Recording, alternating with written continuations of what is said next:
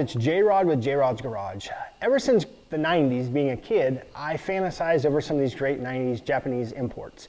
They had things that the Lamborghinis and Ferraris didn't of the day. Twin turbo, all-wheel drive, they made as much if not more horsepower. They had quicker quarter mile and 0 to 60 times. These are the cars that drew me to cars. Things like the Motor Trend issue here, July 1993. This magazine always kind of stuck out to me. They took all those cars, the 300ZX, the NSX, the Supra, 3000 GT, and the RX-7, and they put them all together in a controlled environment with professional drivers. They all went up against each other to see what was the best car of the time. The 300ZX had been out the longest. They came out in 1989, so you didn't get the Supra till 93, you didn't get the RX-7 in 93, 3000 GT in 91, as well as the NSX. But all these cars were entering the US market at that time and changing the way car guys seen imports. Before that, you had the 5.0 Fox body, you had the IROC Z, maybe a Grand National. Those were the king. Come early 90s, the 3000 GT, the Supra, the NSX, the RX-7, those were the cars you seen out on Friday night parked at the Sonic Cruise-In.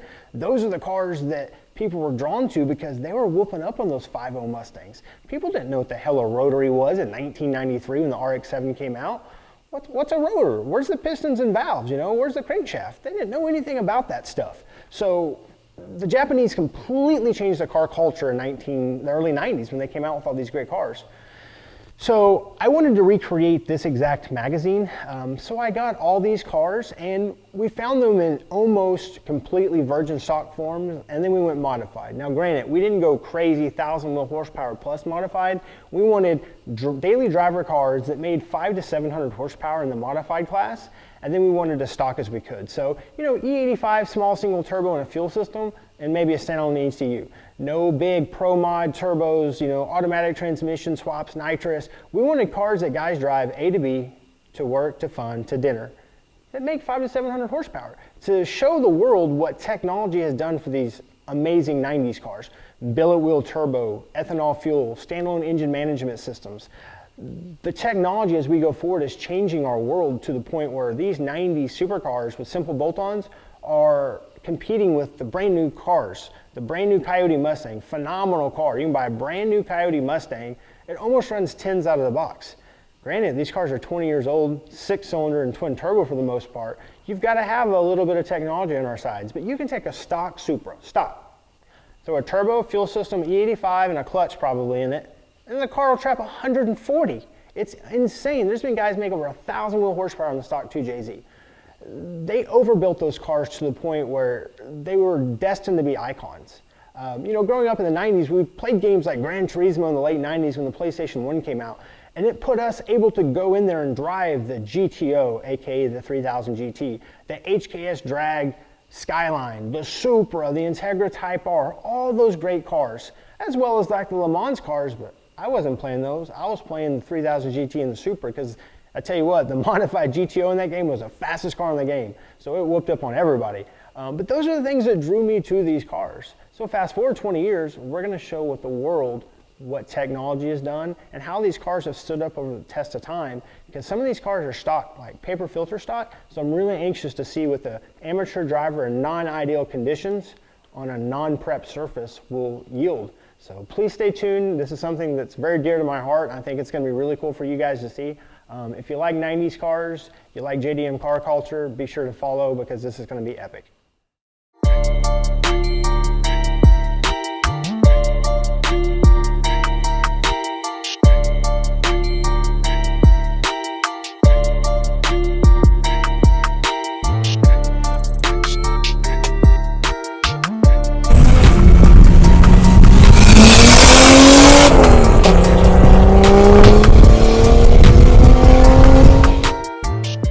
So obviously when we're trying to recreate this legendary shot that Motor Trend did back in the 90s, we needed to find stock examples of cars. Finding a stock Supra these days is not the easiest thing. 20 years go by, people modify them. We found the closest what we could find in Oklahoma. We found a friend of ours named Daniel with a bone stock one, which is pretty legendary. And then we found, Andy here local. It's a bolt-on single turbo car, I believe. CCW Classics, phenomenal looking car. He owns a local fabrication shop called One Up Fabricating. He does a lot of local stuff, catch cans. If you guys need anything, be sure and hit him up. But we'll bring Andy in and kind of tell us a little bit about this car. Obviously, this is a platform I know a little bit about. So we're going to let Andy tell me what he likes about this car and what his future plans are. Thanks, Jared. No problem, bro. This is a 95 Toyota Supra. It was originally an NA car. I bought it out of Houston about 4 years ago. I had the GTE motor in my 240 SX at the time. I used it to compete drifting down in Texas. But I wanted to add a little bit more power in the car, so I took the car in the shop, did the GTE swap. It already had the 6262 single turbo on it. It's running an R154 AEM V2 ECU. It's ready for more power. It's going to be coming probably this winter. I just got the car painted about 1.5 years ago and then full clear brawl.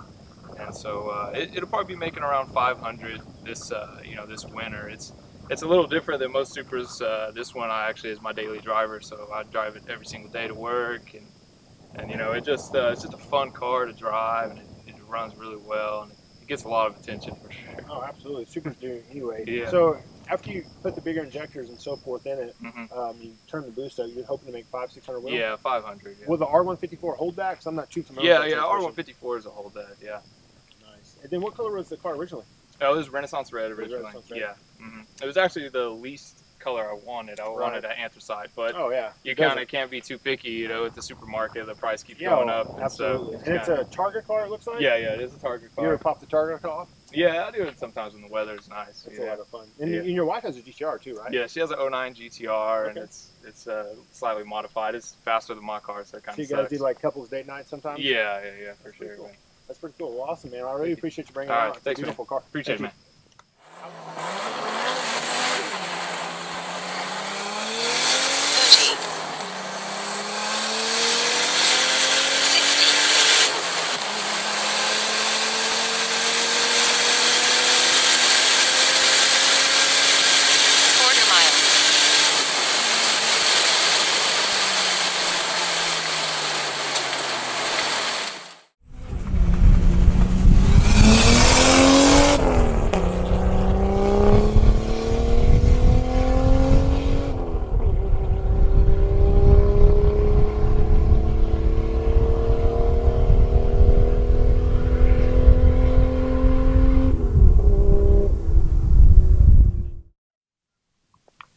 Hey guys, this is Daniel's car. He lives in northern Oklahoma. It's the extremely stock Virgin Supra that I was telling you guys about.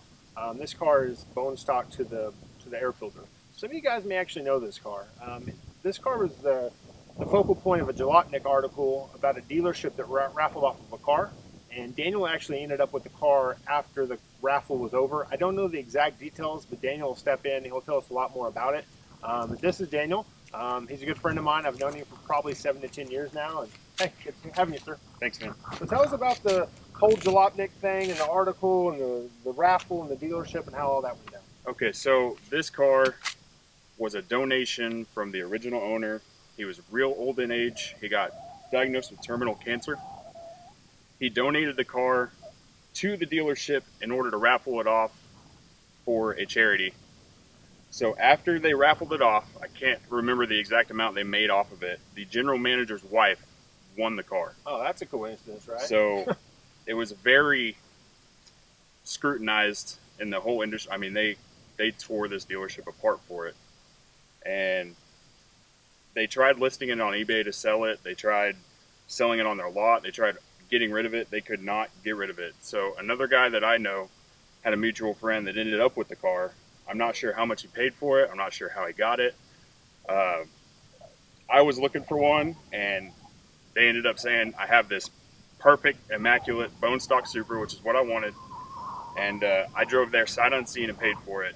As we were doing a walk around, we were talking about the raffle, and he was like, it's funny you bring that up because this is that car. So wow. I actually entered into that raffle and lost, unfortunately. But I still ended up with the car. It would have been a little cheaper if you won it, probably. Right. So what are your plans with the car? I've had it for almost 2 years now, right at, and I think it's time to finally rip it open and go single. So are we doing like built motor, like 67, 66? What kind of setup are we talking? Right now, we have everything to go single BorgWarner S366. That's a good turbo. We're going to do built auto transmission. Probably going to go with ATF since they're just leaps and bounds. They work. We're going to do AEM V2 and probably Powerhouse Racing manifold and E85 injectors. yes, and we're going to do a Gretty 3-row.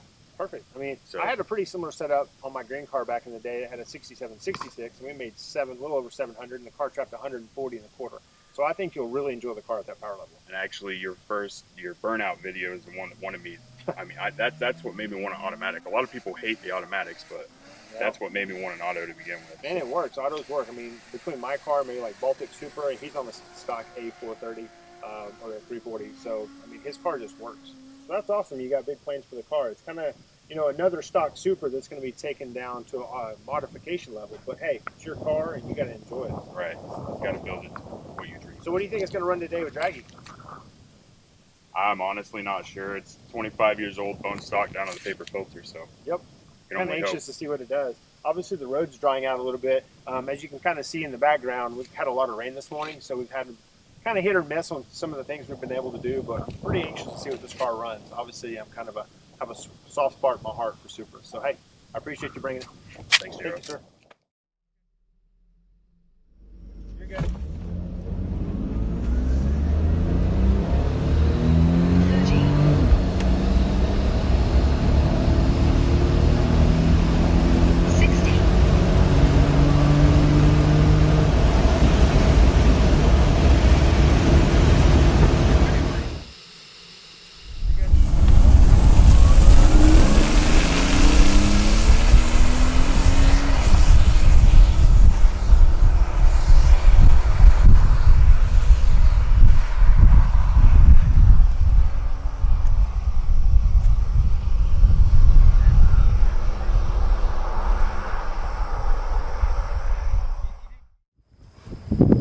Hey guys, obviously the car behind me most are familiar with. It's a 93 and a half Premier Edition. Pretty special car. To find a stock 90s import is pretty tough. To find a stock Supra is even tougher. Brian's a good friend of ours. I've known him for a long time. He kind of shares the same passions that I do with the 90s imports. He kind of collects them. He's also the same guy that obviously in the video that we did prior would be the World Rally Car GT4. This is his Supra. It's got an exhaust and pretty much wheels, and that's it. Brian, if you want to come and tell us a little bit more about the car. I don't know what his plans are, but I'm looking forward to seeing them. Good seeing you. Hey, so tell us what you're planning to do with this. You're going to keep it stock, or you're going to go crazy with it? Actually, so I found it completely stock. Didn't have exhaust, didn't have wheels, but we all like the sound of the Supra, so I decided to throw an exhaust on it, the HK's titanium exhaust. The wheels, Buddy was selling them and decided to take it off his hands, kind of preserve the stock wheels, all that good stuff. But it's going to stay the way it is, though, pretty much. And this car is a 6-speed car, right? Yes. So Daniel, he has the other black Supra that we're going to be featuring in this video. His was an auto car, so we're kind of anxious to see what the difference between a 6-speed car and an auto car is. Obviously, how many miles are on your car? 74,000. So there's a little bit of mileage. I think Daniel's got like 140 or 150 on his. So obviously, what we're trying to do with these videos is show what these cars did stock, and then what 20 years have done to these cars, stock and modified. So this is an extremely great example of a 6-speed Supra. It still has the Get Track 6-speed in it. So what kind of times do you think it's going to run? Well, I mean, they're supposed to run 13s, but I've never launched this car personally, especially with, these wheels, but we'll see what we can do. Yeah, and this surface isn't the greatest either. And plus, obviously, the advertised times are professional drivers under, controlled environments, and this is a street that's got dust all over it. So I'm looking forward to seeing what this car will do. Let's see what it'll do. Appreciate it. Thanks, sir.